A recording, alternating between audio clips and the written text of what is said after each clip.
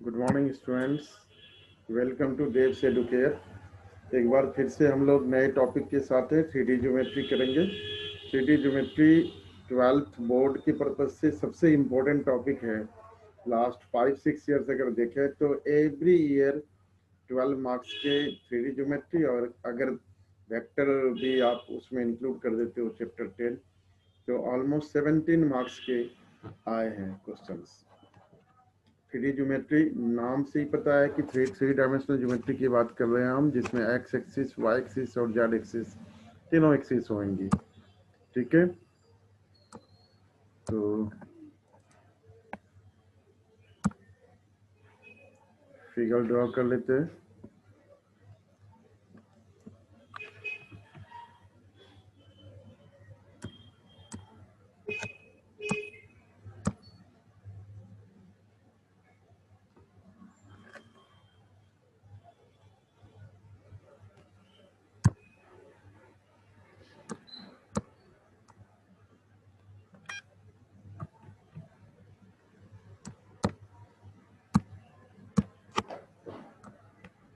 यहाँ से इसको ज्वाइन करिए, इसको ज्वाइन करिए, इसको एक्सटेंड कर देते हैं। एक्स एक्सिस ले लो एंड अपर साइड में इसको वाई एक्सिस ले लो, और ये हम जेड एक्सिस ले लेते हैं। ऑरिजिन हो गया, ऑरिजिन के कोऑर्डिनेट्स 0 0 0 होंगे। ऑब्वियसली ऑरिजिन के कोऑर्डिनेट्स हम 0,0,0 लेंगे। ठीक है, let us suppose a vector OP vector है। ठीक है, इसके रिस्पेक्ट में हम देख रहे हैं। So OP is being considered as resultant vector. इसका R वेक्टर हम इसको कंसिडर कर लेते हैं। ठीक है, और ये अल्फा एंगल एक्स एक्सिस के साथ, बीटा एंगल वाई एक्सिस के साथ, और गामा एंगल आपका जेड एक्सिस के साथ सपोज बना रहा है। तो और ये एब्सिसा OA, OB और OC, ये कोऑर्डिनेट एक्सिस पर जो डायरेक्शन रेशियोज होंगी ABC, हम उसको ले लेते हैं। ठीक है, OA equals to A, OB B and OC equals to C। Right, तो cos अल्फा क्या हो जाएगा?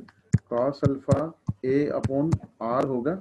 ये आपने OP को हमने लिया हुआ है, रिजल्टेंट वेक्टर R लिया हुआ है, सो A अपॉन R।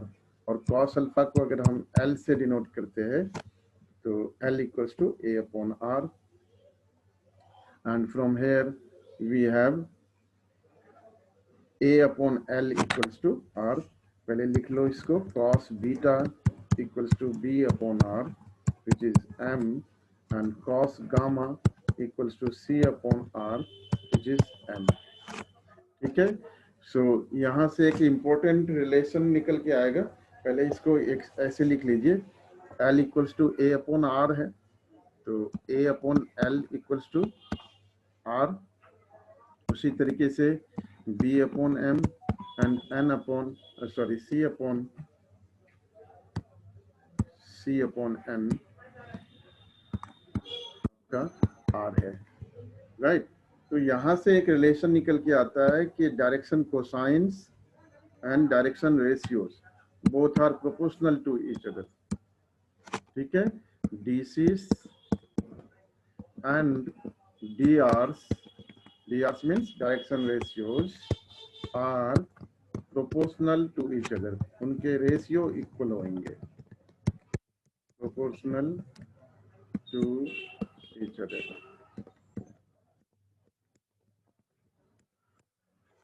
ठीक है, नेक्स्ट अब देख लेते हैं। यहाँ से एक चीज और है, एक रिलेशन और है, इंपॉर्टेंट रिलेशन, जिसको नोट डाउन करना है आप लोगों को। L square plus M square plus N square equals to 1।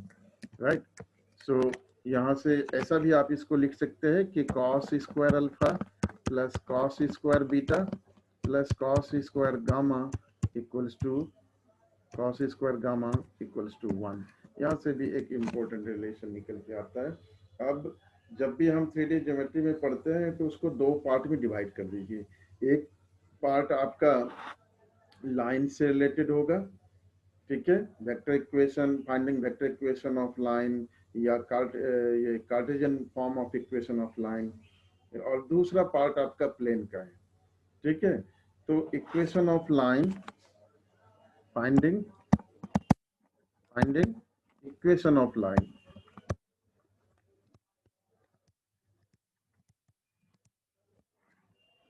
Equation of line पता करने के लिए हमें दो चीज चाहिए बेसिकली, एक तो पॉइंट चाहिए, दूसरा डायरेक्शन चाहिए।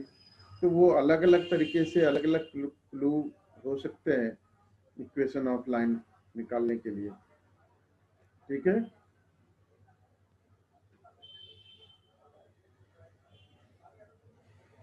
तो finding equation of line, equation of line can be determined if it passes through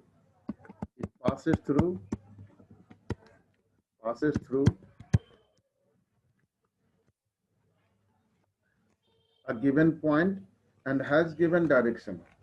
A given point and has given direction. ये दो चीजें अगर हमें पता है, एक पॉइंट गिवन है और एक डायरेक्शन गिवन है। बच्चे यहाँ पर इसको कोरिलेट कर सकते हो, जो 11th में आपने स्ट्रेट लाइन पढ़ा था, तो उसमें क्या चाहिए था? पॉइंट चाहिए था और स्लोप चाहिए था। यहाँ पर भी पॉइंट चाहिए और स्लोप क्या है? बेसिकली स्लोप डायरेक्शन ही तो है, लाइन की डायरेक्शन है। तो यहाँ पर भी हमें दो चीजें चाहिए, एक तो पॉइंट चाहिए जहाँ से लाइन पास करनी चाहिए, दूसरी डायरेक्शन चाहिए हमें। ठीक है, तो वहां पर भी आप स्ट्रेट लाइंस की इक्वेशन निकालने के लिए क्या करते थे? दो, या तो पॉइंट प्लस स्लोप, या फिर आपको 2 पॉइंट फॉर्मूला से अगर 2 पॉइंट्स गिवन है तब भी आप निकाल सकते हैं।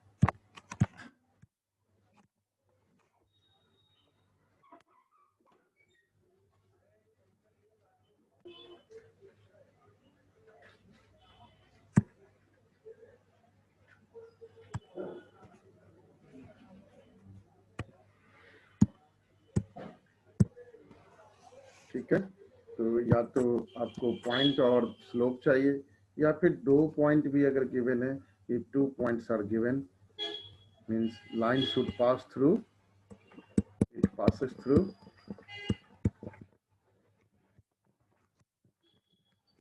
2 points, 2 given points।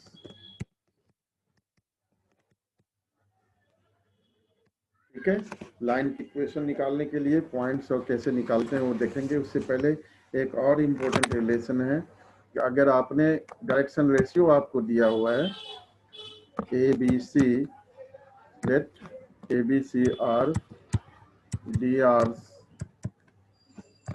of a vector of a line, then यहाँ से डायरेक्शन को साइन कैसे निकालेंगे? तो डायरेक्शन को साइन हमारा निकल जाएगा L equals to a upon root over a square plus b square plus c square, m equals to b upon root over a square plus b square plus c square, and n equals to c upon root over a square plus b square plus c square। ठीक है, अगर यहाँ पर भी आप ध्यान दें अगर, तो वेक्टर में भी आप क्या कर रहे थे? यूनिट वेक्टर निकालने के लिए क्या करते थे? मैग्नीट्यूड से डिवाइड करते थे, और फिर जो आता था कंपोनेंट, स्केलर कंपोनेंट्स, वही डायरेक्शन को साइंस होता था। यहाँ पर भी डायरेक्शन को साइन क्या हो रहा है? जो डी आर्स दिए हुए हैं, डी आर्स को हम बेसिकली उसके मैग्नीट्यूड से डिवाइड करके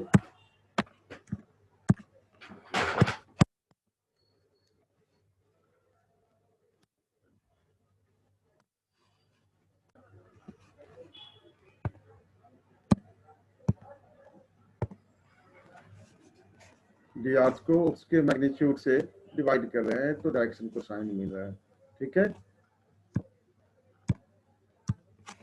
चलिए एक्सरसाइज के क्वेश्चंस करते हैं। एक्सरसाइज 11.1 के क्वेश्चंस कराता हूँ आप लोगों को। Exercise 11.1,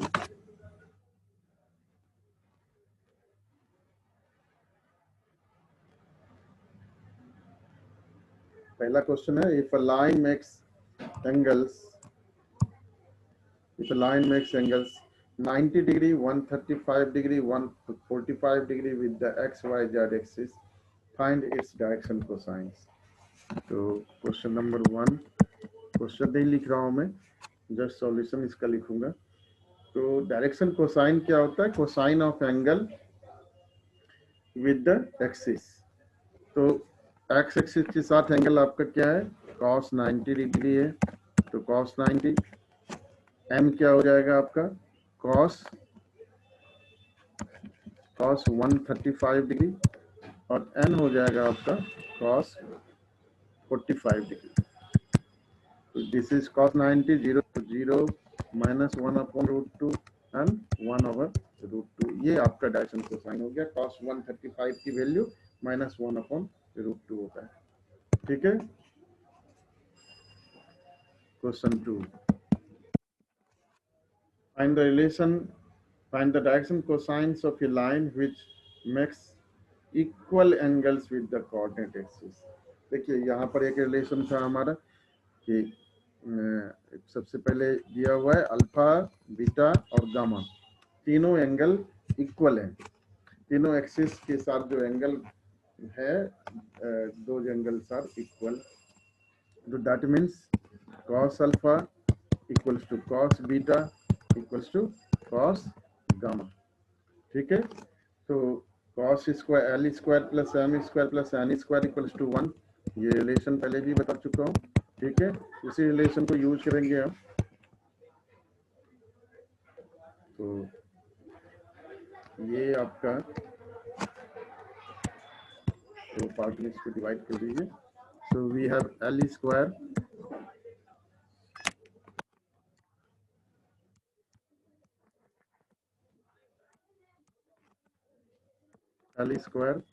plus M square plus N square equals to 1।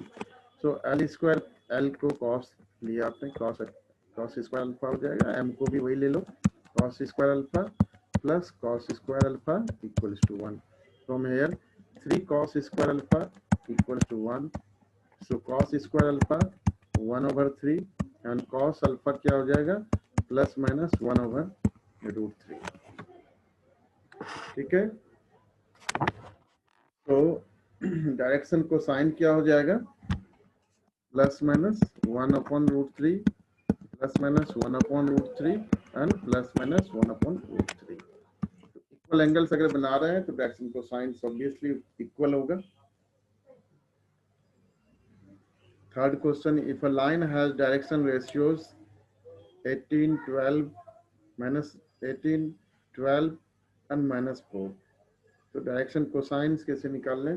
Solution पूरा नहीं बता रहा हूँ मैं इस क्वेश्चन का, बहुत आसान है, आप लोग खुद से करिएगा। नहीं होगा तो कमेंट बॉक्स में या नंबर दिया हुआ है व्हाट्सएप पर आप मैसेज करिएगा। ठीक है। ये थर्ड क्वेश्चन, मैं सिर्फ फॉर्मूला लिख रहा हूँ यहाँ पर। Direction cosine LA/√A² plus B² plus C², और इसी तरीके से m के लिए आपका क्या हो जाएगा? B/ और n के लिए C/√A² plus B² plus C²।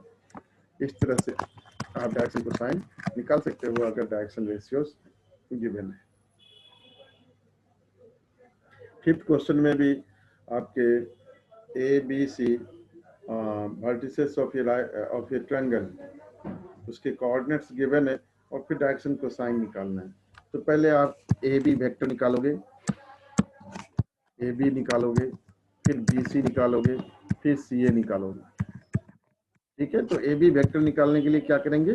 Position vector of B minus position vector of A। उसी तरीके से BC वेक्टर निकालने के लिए position vector of C minus position vector of B, और CA वेक्टर निकालने के लिए position vector of A minus position vector of C। इस तरह से जब वेक्टर आप निकाल लेंगे, जब AB BC CA, तो फिर इनके डायरेक्शन कोसाइंस उसी फॉर्मूले से A/√A² plus B² plus C² B/√A² plus B² plus C² and C/√A² plus B² plus C²। इस तरह से आप निकाल सकते हैं। ये बहुत आसान क्वेश्चन है। आगे एक्सरसाइज 11.3 के कुछ क्वेश्चन कराता हूँ मैं। 11.2 के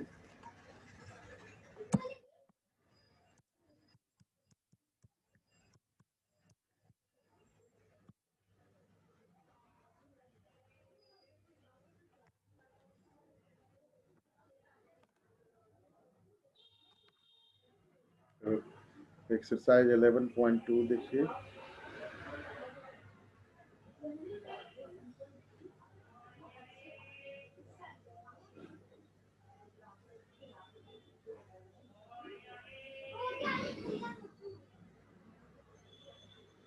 पहला क्वेश्चन है, so that the three lines with direction cosines are mutually perpendicular. तो यहीं पर फॉर्मूला बता देता हूँ आपको। If two lines are mutually perpendicular to each other, then उनके डायरेक्शन रेशियोज के प्रोडक्ट का सम 0 होता है। a1 a2 plus b1 b2 plus c1 c2 0। ठीक है, डायरेक्शन कोसाइन और रेशियो दोनों सेम प्रोपोर्शन में होते हैं, तो इस फॉर्मूला को ऐसे भी आप यूज कर सकते हैं। L1 L2 M1 M2 plus N1 N2 equals to 0। तो फर्स्ट क्वेश्चन में ये वाले हम यूज करेंगे। डायरेक्शन कोसाइंस गिवन है, तो ये तीन पेयर्स बनेंगे। तीन लाइंस के दिए हुए डायरेक्शन कोसाइन दिए हुए हैं, थ्री लाइंस के, तो तीन पेयर्स बनेंगे। हम देखेंगे कि तीनों में डायरेक्शन रेशियो के डायरेक्शन कोसाइंस के प्रोडक्ट का सम 0 आ रहा है, तो वी कैन से कि ये परपेंडिकुलर है, दे आर म्यूचुअली परपेंडिकुलर। आसान क्वेश्चन है, इसलिए आगे बढ़ते हैं। ठीक है, मैं क्वेश्चन नंबर 4 करके दिखाता हूँ आप लोगों को।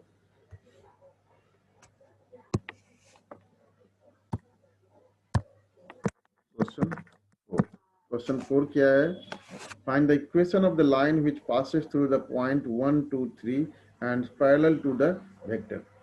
अभी पहले हम पढ़ चुके हैं कि किसी भी इक्वेशन की लाइन किसी भी लाइन की इक्वेशन निकालने के लिए आपको पॉइंट चाहिए और डायरेक्शन चाहिए। इस क्वेश्चन में दोनों चीजें दी हुई है। पॉइंट कितना गिवन है? पॉइंट 1 2 3 है। Equation of line passing through point 1 comma 2 3 and parallel to the line parallel to the vector 3i cap plus 2j cap minus 2k cap। तो ये पैरेलल टू द वेक्टर दिया हुआ है, तो ये बेसिकली डायरेक्शन के लिए दिया हुआ है आपको। दो लाइंस अगर पैरेलल होते हैं तो उसके डायरेक्शन रेशियोज इक्वल होते हैं या प्रोपोर्शन में होते हैं। तो यहाँ पर वेक्टर इक्वेशन क्या होगा लाइन का? लाइन की इक्वेशन जब भी लिखेंगे तो आर वेक्टर इक्वल्स टू इस तरह से लिखेंगे, ए प्लस लेमडा बी के फॉर्म में। ए पॉइंट हो गया, तो ये डायरेक्शन कोसाइन बताता है। आई plus 2j plus 3k vector ले लिया, plus lambda times 3i cap plus 2j cap minus 2k cap, यही हो गया। ठीक है, तो इक्वेशन ऑफ लाइन यहीं पर फॉर्मूला में लिख देता हूँ। Equation of line in vector form,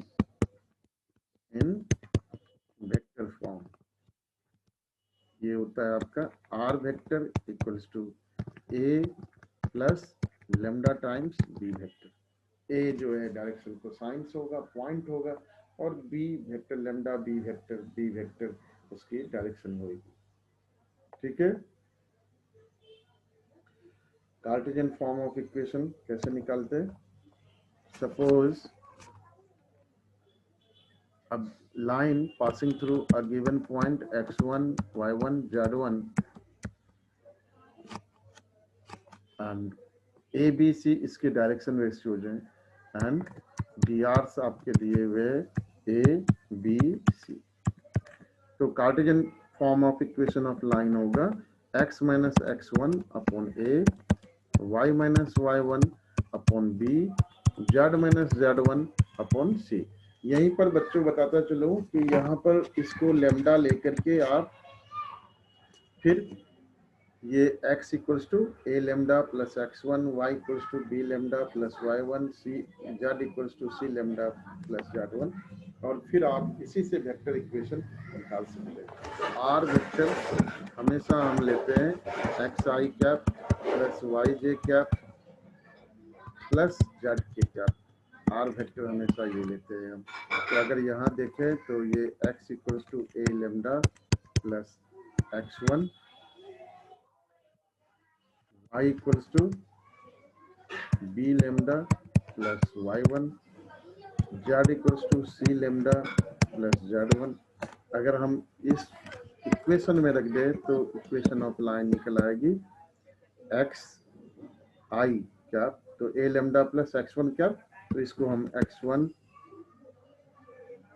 i cap, ठीक है, plus y1 j cap plus z1 k cap, इसको x1 y1 z1 को अलग से लिख लिया, प्लस लेमडा वाले जितने टर्म्स हैं lambda a i cap plus b j cap plus c k cap. इस तरह से equation of line vector form में निकल जाएगा। आज के सेशन में इतना ही करते हैं, फिर नेक्स्ट सेशन में आप लोगों को बताऊंगा। टेक केयर, अच्छे से रहिए।